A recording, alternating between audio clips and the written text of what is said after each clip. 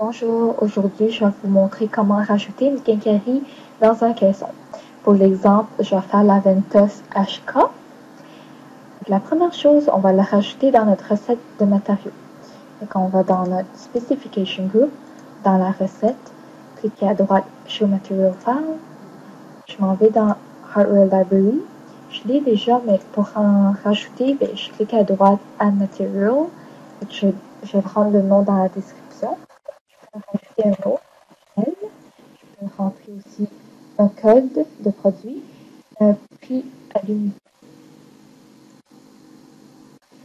Par la suite, si on veut associer un dessin à la quincaillerie, il faudrait qu'il soit en DWG.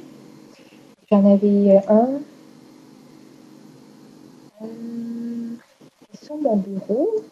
Je vais juste l'ouvrir, mon Aventus HK. Le voici. Et je vais le sauvegarder sur un dossier de microvolume. Il doit se retrouver dans Microvolume Data. Si on n'est pas sûr où est-ce qu'il se retrouve, on s'en va dans l'option Folder Location, Path to Microvolume Data.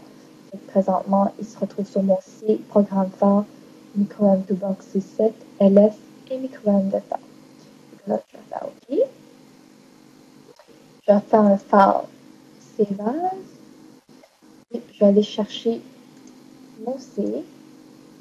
On va descendre à Programme phare. Ensuite, dans Microvolume Toolbox C7, dans LS, Microvolume Data. Et ensuite, dans Graphique et Hardware. Très attention ici, il faut qu'on mette un 3D, underscore et le nom de la quincaillerie. On va faire save. On peut fermer ce dessin-là. Là, on va le rajouter dans notre caisson. Fait qu'on va l'exporter dans la spreadsheet. Export product to spreadsheet. On va l'ouvrir de la spreadsheet. Show Overdrive Pro.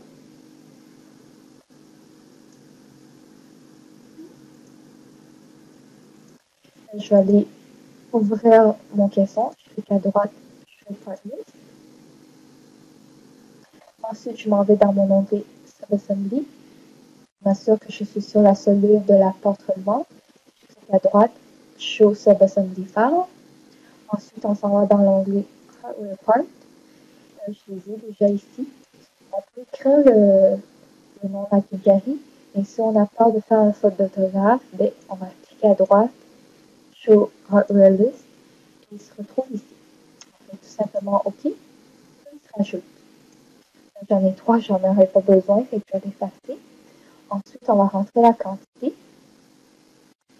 Son X, Y, Z origine est très important.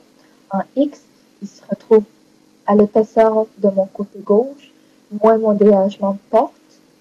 Et il faut qu'on enlève 0.01 pour qu'il touche mon côté pour pouvoir lancer un trou. Mon Y, c'est la même chose, moins 0.01. Et en Z, il se retrouve à la hauteur de ma porte, moins l'épaisseur de mon dessus. Et mon associatif rotation est à 180 degrés. Par la suite, on peut sauvegarder, le fermer. On peut le redessiner. Dans Alert, Just Delete with Machining. Là, on va rajouter les trous sur la quincaillerie. Pour faire, on va retourner dans notre Material File. Retourner à notre Hardware Library, mon HK. Pour rajouter, on clique à droite, Hardware Machine Token. Pour le faire, cliquez à droite, Add New Token, et qui va rajouter ce Dueling Operation. Ensuite, en X, c'est la hauteur de mon cou à partir d'en dessous de mon dessus. Présentement, il y a 77 mm du dessus. En Y, il faut qu'il soit à 0. En Z, il va être à 37 mm du bord, plus un 1,8 de mon bumper. Mon diamètre, on s'assure qu'il est bien en mm, 5 mm. NX, il va être exactement pareil que mon X. En NY, il va être à 0. La distance entre les trous, on va le mettre à 0 aussi. on va rentrer la profondeur de mon trou. Si j'ai besoin d'un deuxième trou, euh, on va cliquer sur Drilling Operation et on va faire une copie. Sur la copie, si je le ratisse, dans mon Z, s'il y a 128 de plus, donc là je peux rajouter une parenthèse, 128, je vais fermer la parenthèse, je vais faire OK, OK encore, si je vais juste redessiner mon caisson, j'ai mis un deuxième trou qui s'est rajouté. Merci d'avoir écouté. Bonne journée.